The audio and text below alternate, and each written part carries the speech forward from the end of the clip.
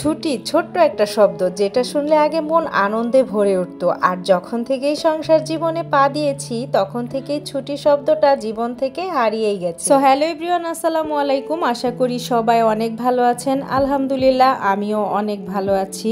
তো সকালবেলা ঘুম থেকে উঠে বারান্দায় চলে আসলাম। বারান্দায় এসে দেখি বাইরের ওয়েদারটা একটু ভালো, একটু ঠান্ডা ঠান্ডা ছিল আর কি, রোদও ছিল আবার ঠান্ডা ঠান্ডাও ছিল। তারপর এই তো গাছে পানি দিয়ে দিলাম। আর আমার মরিচ গাছে অনেকগুলো ফুল আসছে, কিন্তু দুর্ভাগ্যের বিষয় একটাও মরিচ ধরে না। তারপর এই তো দুপুরের রান্নার জন্য মাংস ভিজিয়ে নিলাম। সকালের নাস্তার জন্য রুটি আর সবজি করব, তাই রুটির জন্য পানি বসিয়ে দিলাম। তো আমি কিন্তু এখানে পেঁপে দিয়ে আলু ভাজি করব, এগুলো সব আগেই কেটে রেডি করে নিয়েছি। তারপরে এই তো পেঁপে ভাজিটা বসিয়ে দিলাম। আমার কাছে রুটি দিয়ে ডাল ভাজি এবং ডিম ভাজি এগুলো খেতে কিন্তু খুব ভালো লাগে। তো আপনাদের কাছে রুটি দিয়ে কোন জিনিসটা খেতে ভালো লাগে অবশ্যই কিন্তু কমেন্ট করে জানাবেন।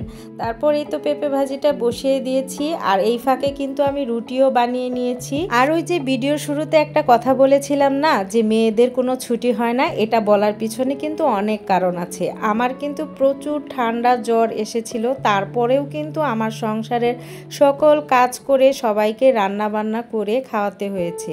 আমার হাজব্যান্ডও একটু হেল্প করেছিল, তারপরেও কিন্তু সংসারের কাজ করতেই তো হবে। তো তারপর সকালের নাস্তা করে কিন্তু এই যে দুপুরের জন্য রান্না বসিয়ে দিয়েছি। এখানে আমি কাঁকরোল ভাজি করে নিচ্ছি। কাঁকরোল ভাজি কিন্তু আমার বাসার সবারই অনেক পছন্দ, আর আমারও অনেক পছন্দ। বিশেষ করে আমার মেয়ের বেশি পছন্দ আর কি। ও কাঁকরোল ভাজি, পটল ভাজি এগুলা হলে খুব ভালো আর কি করে ভাত খেতে পারে, খুব মজা করে আর কি ভাত খায়। তো কাঁকরোল ভাজিটাও হয়ে গেছে, এপাশ এপাশ উল্টে একদম মচমচা করে ভেজে নিয়েছিলাম। আর গরম গরম কাঁকরোল ভাজি দিয়ে ভাত খাওয়ার মজা কিন্তু আলাদা। তো তারপর আমি এখন গরুর মাংসটা চড়িয়ে দিব। আর চুলায় কিন্তু আগুন এখন একটু কম, কারণ গ্যাসের পাওয়ার একদমই কমে গেছে। তারপর প্রথমে এখানে আমি 3টা রসুন দিয়ে দিলাম, তারপর পেঁয়াজ কুচি দিয়ে কিছুক্ষণ নেড়ে চেড়ে তারপর সবে মশলাগুলো একে একে দিয়ে দিব। গরুর মাংস আসলে নতুন করে আপনাদের শেখানোর কিছু নেই, এক একজন এক এক রকম করে রান্না করে।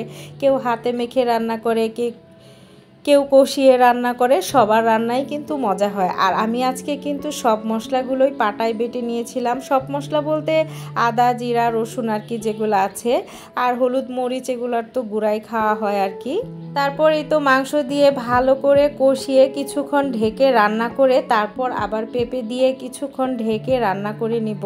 গরুর মাংস কিন্তু পেঁপে দিয়ে রান্না করে খেলে অনেক ভালো লাগে। আর পেঁপে দেওয়ার কারণে কিন্তু মাংসটা অনেক সিদ্ধ হয়ে যায়, মানে খুব নরম হয় আর কি। আর আমার এত বেশি নরম মাংস খেতে ভালো লাগে না, আমার কাছে একটু একটু শক্ত মাংসগুলাই খেতে ভালো লাগে। কেন জানি মেয়েরা তেল চর্বি রগ এগুলা মাংস বেশি পছন্দ করে, আমারও কিন্তু এই মাংসগুলাই বেশি পছন্দ। তারপর এই তো একটু নাড়াচাড়া করে পেঁপে দিয়ে তারপর দিয়ে দিলাম একটু ঝোল, ঝোলের পানি দিয়ে এই তো একটু মাখা মাখা ঝোল করেই রান্না করেছিলাম। আর পেঁপের তরকারিটা কিন্তু খেতে অনেক মজা হয়েছিল। তারপর মোটামুটি আমার হাজবেন্ড আমার ছেলে খেয়ে নিয়েছে, এখন আমার শাশুড়ি আমার মেয়ে আর আমি খেতে বসেছি। আর আমার শাশুড়ি গরুর মাংস খায় না, তার জন্য আলাদাভাবে একটু মুরগির মাংস ছিল ফ্রিজে, সেটাই দিয়ে দিয়েছিলাম। আর এইখানে কিন্তু আমি দেখেন কি পিসগুলা নিচ্ছি, এই পিসগুলাই কিন্তু আমার খুব পছন্দ।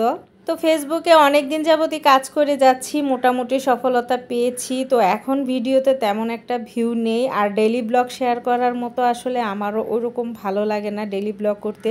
তো অনেক দিন পরে পরে একটা করে ব্লগ ভিডিও শেয়ার করি, আপনাদের কাছে ভালো লাগলে অবশ্যই লাইক কমেন্ট শেয়ার করে দিবেন। আর অনেক আপুরাই আছে আমাকে অনেক সাপোর্ট করেন, আপনাদেরকে অনেক অনেক ধন্যবাদ আমার ভিডিওগুলো দেখার জন্য। আশা করি সবসময় এভাবেই পাশে থাকবেন। তো আজকের ভিডিওটি এই পর্যন্তই। আল্লাহ হাফেজ, সবাই ভালো থাকবেন।